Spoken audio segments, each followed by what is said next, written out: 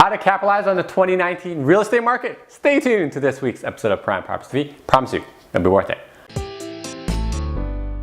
Good day, Toronto. Welcome to another episode of Prime Property TV. So glad you could join us here. We're slowly but surely almost done the housework. Oh my goodness, it feels like it's been forever. This is a photo of me building some chairs for our dining room. I'm building real estate portfolios during the week, and during the weekends, I build chairs.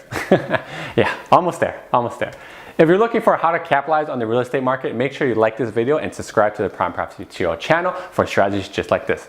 So, regardless of whether we're in a buyer's market, seller's market, balanced market, or whatever market it is, there is always room for opportunity to have. You just have to look hard enough, and I truly, truly believe this. That's why there's so many people who become super wealthy after 2008 financial crisis. That's why there are people who profit from them when market changes. That's why there are people who make a fortune on every market. That's why you need to know where to look. Making money in today's real estate market is not as easy as buying a property and hoping on the other side that there's appreciation in the next few years. Nobody is expecting that, especially if you're reading the news headlines. In the past 2 weeks, I've had numerous calls from non-clients who are looking on options that they have for their pre-con condos and existing condos and whether they should sell, buy, whatever it is for what they want to do in the future. Fortunately, most of them are in a good position to capitalize in the 2019 real estate market.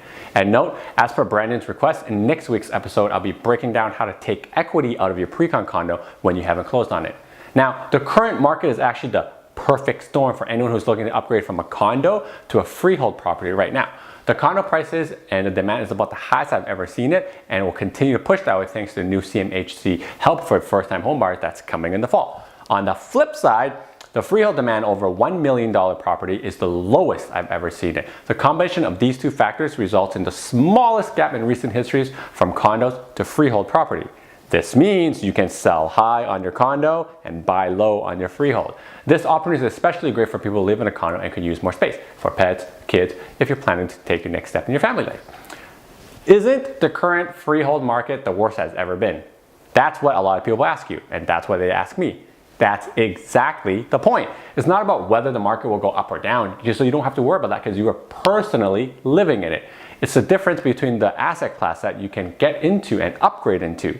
Over the course of the next 10 years, I'm pretty confident I can tell you that without a doubt, your freehold property will go up in price because there's a lack of land to build in Toronto, and more people are making their way to GTA. Now, the time to own a piece of land, if you can, 2, 3, or 4, whatever, is not too late if you are in this opportunity right now.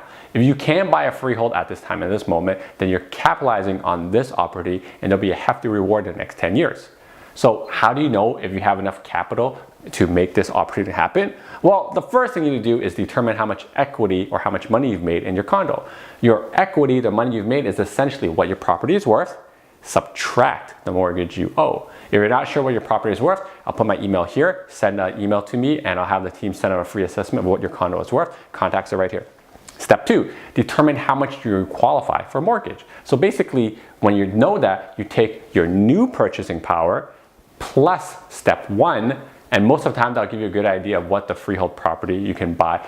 Most of the time in the situations I've been looking at, if you've owned your property in a condo you've been for a few years and you're looking to upgrade to your freehold and you've made some career advancements, very likely you're going to be able to move to the next asset class. Freeholds, baby! Most of the custom centers that I've assessed for my clients have allowed them to do that very easily.